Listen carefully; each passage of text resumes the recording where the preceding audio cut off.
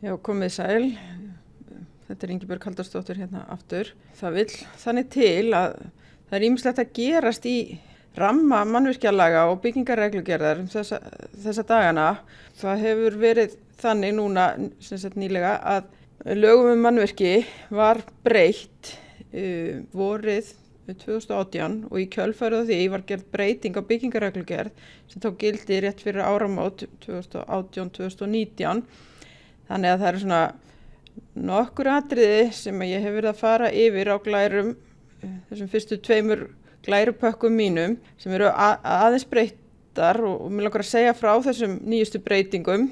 Í sjálfu sér er þetta kannski ekkert margt sem að snertir störf hönnuða mikið en nauðsynlegt að þið vitið af því og það á eftir að komast ákveðin framkvæmd og reynsla á framkvæmdina á þessar breytingar þannig að það er kannski aðeins svo snemmt að fara að tala nákvæmlega hvernig þessar breytingar munu skila sér í daglegum störfum þeirra sem starfa í byggingageiranum.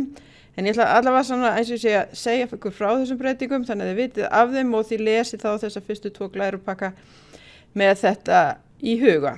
Það var sem sagt breyting gerð á lögum mannvirki vorið 2018 og þessi breyting var sett með lögum nr. 64/2018. Síðan í kjölfarið, eins og oft þegar lögunum breytt, þá þurfti að breyta byggingarreglugerð líka og ég ætla að segja ykkur frá þessu hvort tveggja og svo ætla ég að segja ykkur frá þeim breytingum sem eru svona kannski stærstu breytingarnar af þessu sem fjalla þá áfangaúttektir byggingarstjóra og hvað það þýðir í framkvæmd og svo segja ykkur líka frá breytingum á yfirstjórn byggingamála. Lagabreytingin vorið 2018, hún var gerð sem liður í einföldun á stjórnsýslu byggingamála og í rauninni það svo að það sú einföldun enn í gangi og það getur alveg verið að jafnvel verði gerðar frekari breytingar í kjölfarið en allavega þessar breytingar voru gerðar þarna vorið 2018 og eru nú að koma til framkvæmda í byrjun árs 2019. Í fyrsta lagi fólu þessar breytingar í sér að það nú ekki skilyrði að séruppdrættir liggi fyrir við útgáfu byggingarleyfis.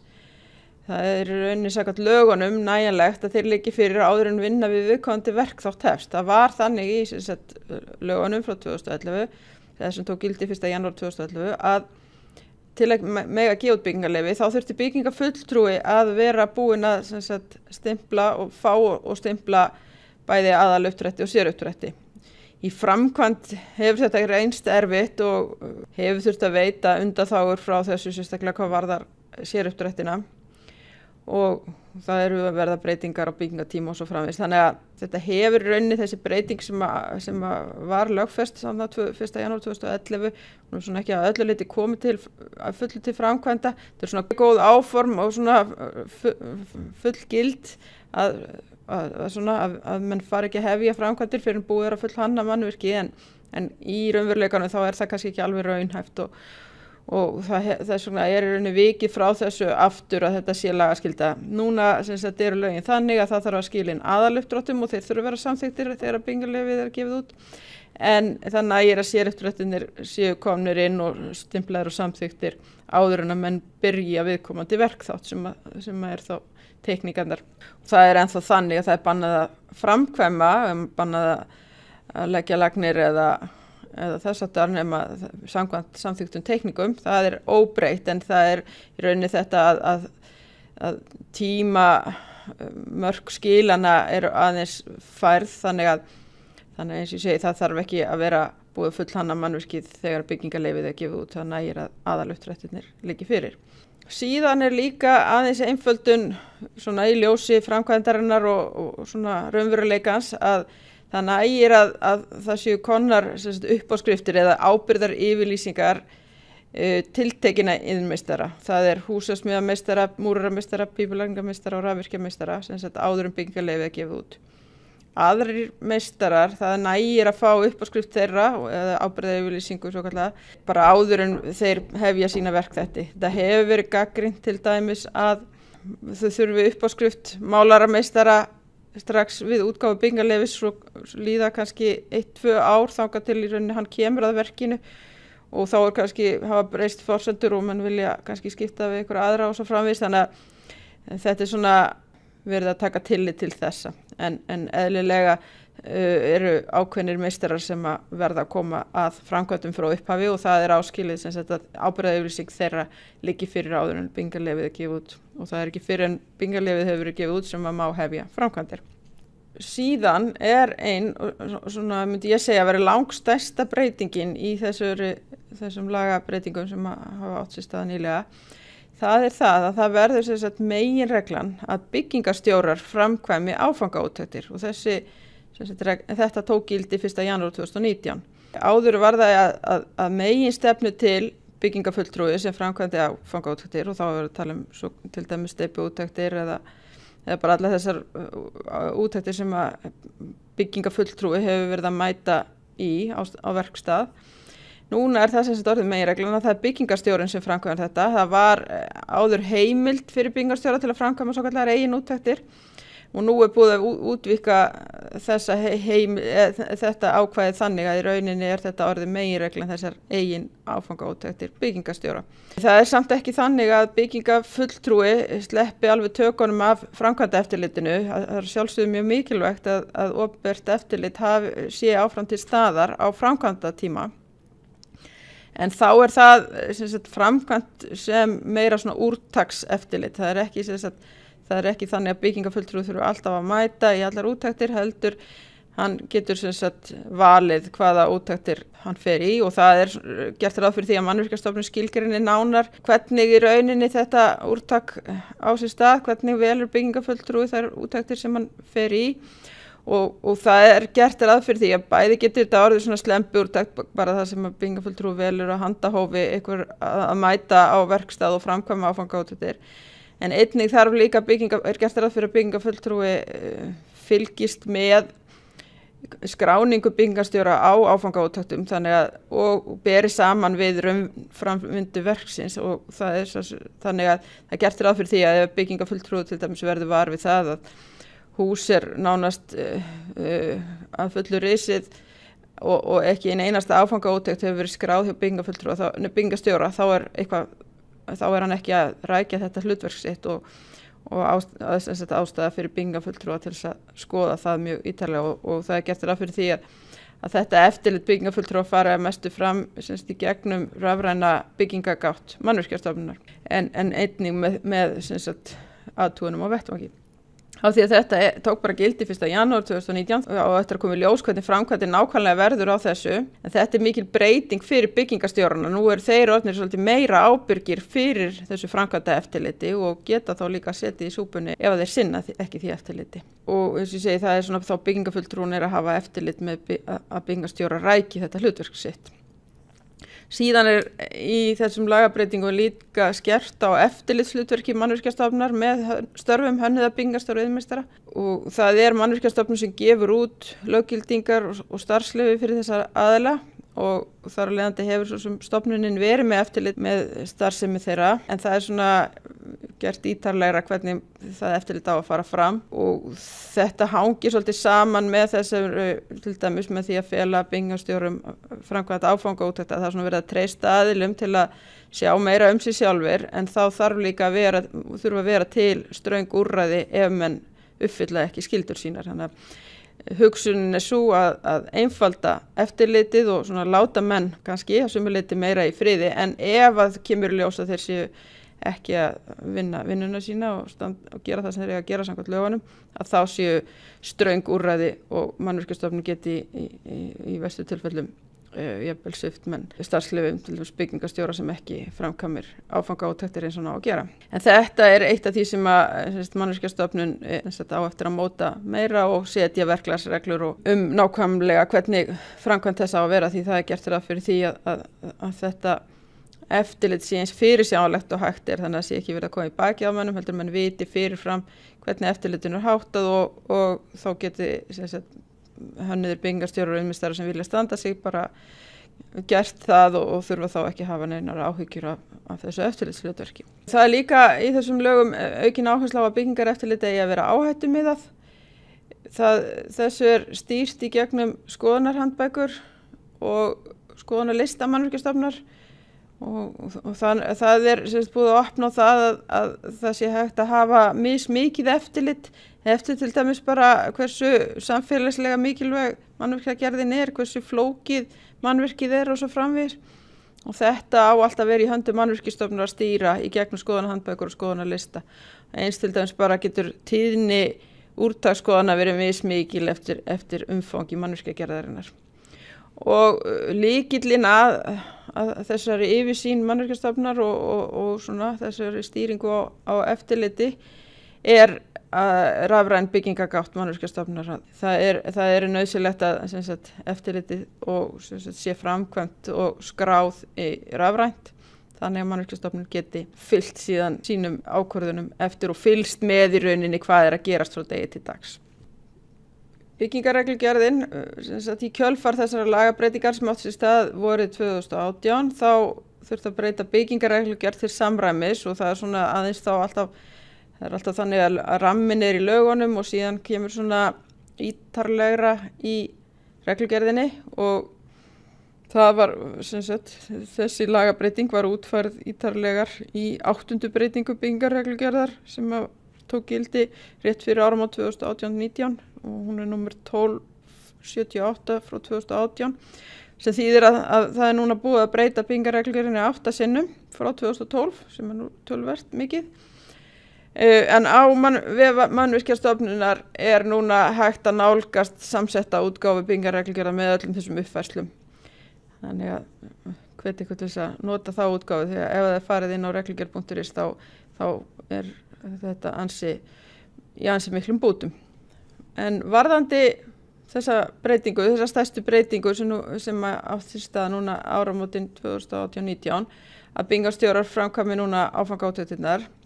Þá framkvæmdin í rauninni gert ráð fyrir því að byggingarstjóri tilkynni byggingarfulltrúa þegar úttektarskyldur verkþáttur þegar honum lokið og það væntanlega sú tilkynning verður væntanlega rafræn í gegnum byggingargáttina.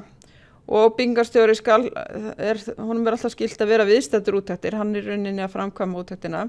Hann skal jafnframt tilkynna viðeigandi iðnmiðstjórum og hönnuðum með sannarlegum hætti úttektir nema samningur þeirra á milli kveði á annað. Og núna lagatextinn þannig, byggingarstjóri skal gera eftirlitsaðila viðvart lok úttektarskyldra verkþátta með skráningu í gagnasafni Mannvirkjastofnunar. Byggingarstjóri annast sjálfur framkvæmt áfangaúttekta nema eftirlitsaðili ákveði að annast áfangaúttekt sjálfur eða tilkynni úrtaksskoðun og skal byggingarstjóri þá vera viðstaddur úttektina.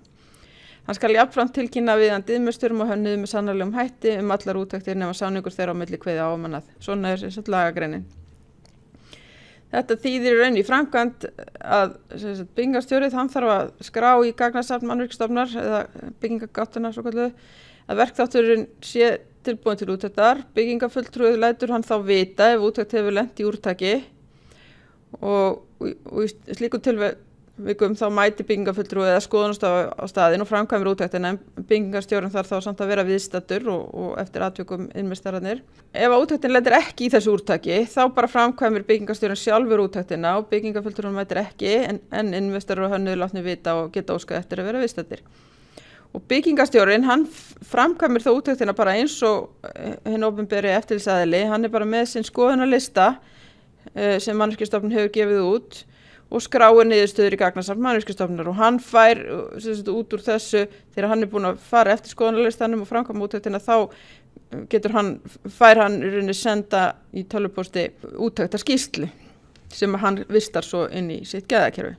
Þessar áfangaúttektir þarf að skrá rafrænt inn í rafræna byggingagátt Mannvirkjastofnunar og inn á vefstofnunarinnar eru leiðbeiningar það hvernig maður fær aðgang að þessari gátt og svona kennslumyndbönd og það í sjálfu sér er það ekki bara áfangaúttektirnar sem hægt á að skrá inn í gáttina heldur líka yfirferð hönnunargagna og framkvæmt lokaúttekta og öryggisúttekta og Mannvirkjastofnun búin að búa til svona app sem að byggingarstjórinn getur þá verið með í spjaldtölvu eða símanu sínum á vettvangi þegar hann framkvæmir áfangaúttektina Og hér sjáu þið svona skjámyndir úr þessari gátt. Hérna til dæmis dæmi áfangaúttekt sem felur í sér úttekt á frágangi.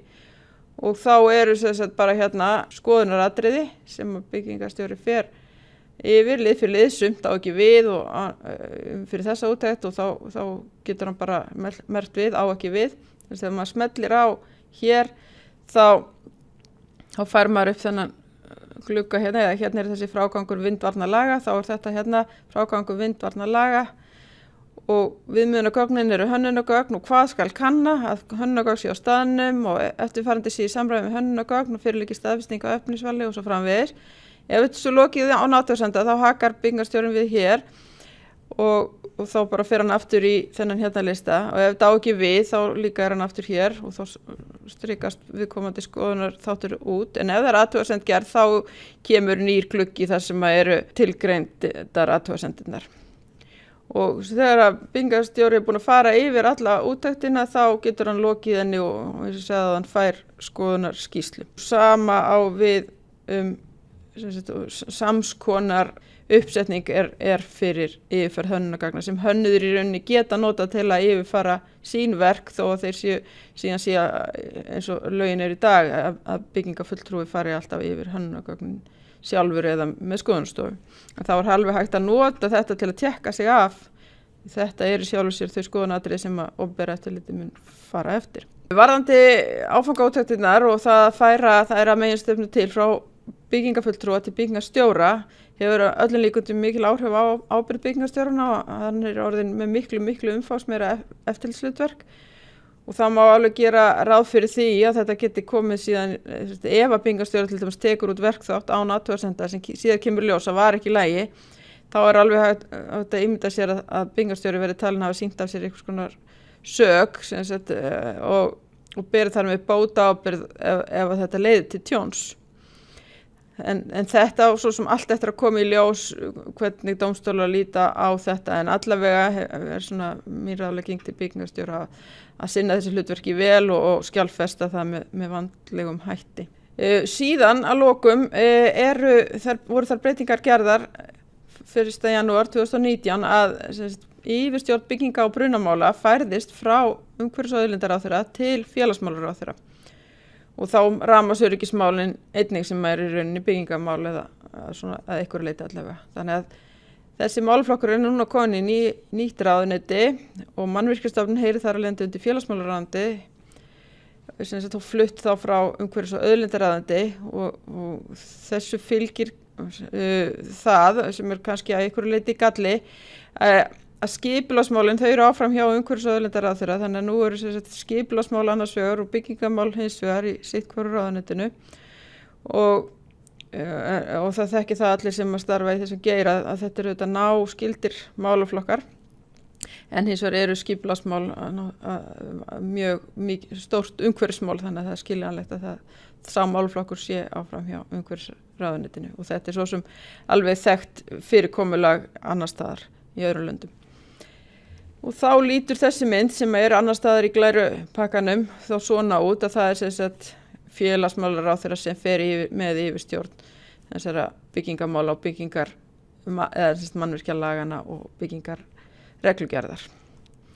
Síðan eftir að koma í ljós hvort að það skiptir einhverju máli svona í framkvæmd, þetta er svona auðvitað svona skipulagslegt atriði og en þarna er þá einn og sami ráðherrann komin svona með húsnæðismál og byggingamál það er komið á hendur sama ráðherra. Þetta eru svona þær breytingar sem að, eins og sé eru nýjastar en þessi málaflokkur er mörgu leyti í mótun og það er margt að breytast og sérstaklega hvað varðar, það má segja svona það sé búið að vera tölur gerjun í lagaumhverfinu og reglugerðaumhverfinu og það má alveg búast við að það fari síðan að skila sér í breytta framkvæmd sem að þeir sem að starfa á þessu sviði verði varir við. Og það er svona að gerast upp úr þessum áramótum 1. janúar 2019. Má alveg búast við að mann fara að finna fyrir breytingunum.